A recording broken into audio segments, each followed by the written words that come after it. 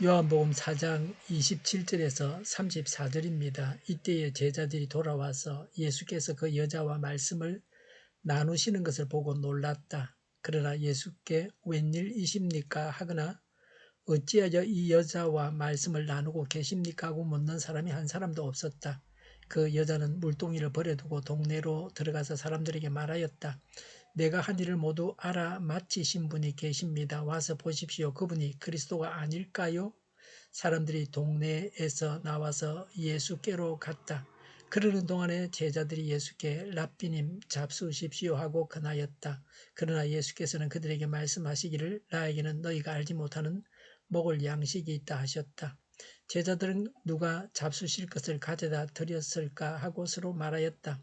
예수께서 그들에게 말씀하셨다. 나의 양식은 나를 보내신 분의 뜻을 행하고 그분의 일을 이루는 것이다. 아멘. 예수님과 사마리아 우물가에 선 여인과 대화가 끝났습니다.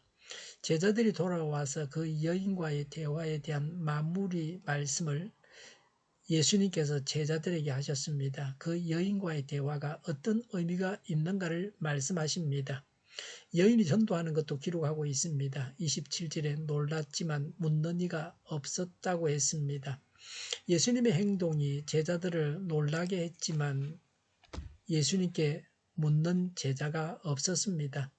유대인의 전통에 따르면 랍비는 여자들과 공적으로 대화를 하거나 가르치는 것이 금지되어 있습니다. 어떤 랍비의 계율에도 길거리에서 여자와 이야기해서는 안 된다. 설령 그 여자가 자기 아내라고 해도 안 된다고 했습니다. 선생이나 제자가 똑같으면 안 됩니다. 선생은 뭔가 달라야 합니다. 먼저 믿은 사람은 새신자와는 달라야 합니다. 직분자는 직분이 없는 사람과는 달라야 합니다. 예수님을 신뢰하고 존경하고 예수님의 권위를 인정하고 있었습니다. 제자들이 그러했습니다. 자신들과는 달리 행동하셨지만 예수님의 권위를 인정함으로써 감히 묻는 제자가 없었습니다. 제자는 스승의 권위를 인정해야 합니다. 예수님의 제자는 예수님의 권위를 인정했습니다. 예수님을 죽이려고 했던 자들은 예수님의 권위를 인정하지 않았습니다. 불신자들은 물론 하나님의 권위를 인정하지 않았습니다. 예수님이 여인을 희롱한다 하거나 할 분이 아니라고 하는 것을 알았기 때문에 아무 말도 하지 않았습니다. 교회 안에서도 이런 권위가 있어야 합니다. 하나님의 말씀이 선포되고 가르쳐 지키게 하라는 예수님의 명령을 지킬 수 있습니다. 이해할 수 없지만 권위를 인정함으로 따르는 자세가 우리에게 필요합니다. 여인의 전도입니다. 28절에 물동이를 버려두고 그랬습니다. 영원히 물동이를 버린 것은 아닙니다. 물을 떠서 먹어야 되죠. 예수님을 전하기 위해서 일상생활에 중요한 일을 제쳐뒀습니다. 자신의 일을 제쳐두지 않으면 성경 읽고 기도하고 전도하고 봉사할 수 없습니다. 생업에만 매이면 안 됩니다. 돈만 벌려고 해서는 안 됩니다. 28절에 동네에 들어가서 사람들에게 말했습니다. 29절에 모든 일을 알아맞힌 분이 계십니다. 예수 믿어서 경험한 것을 이야기해야 합니다.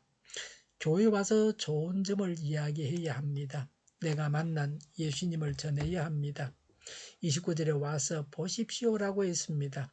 자신이 모든 사실을 다 알려줄 수 없을지라도 우리 교회에 와보라고 할 수 있습니다. 새신자는 와보라식 전도를 해야 합니다. 오래 믿은 젊은 사람들은 예수님을 전할 수 있어야 합니다. 예수님은 이런 분입니다라고 소개하면서 전할 수 있어야 합니다.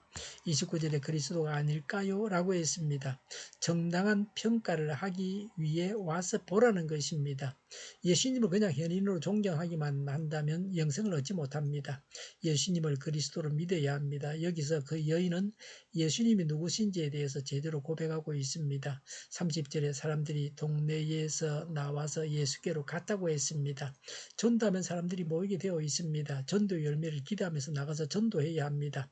34절은 인간의 기본적인 욕구인 식욕마저도 소멸시키는 나의 가장 강렬한 욕망은 이것이라는 뜻입니다.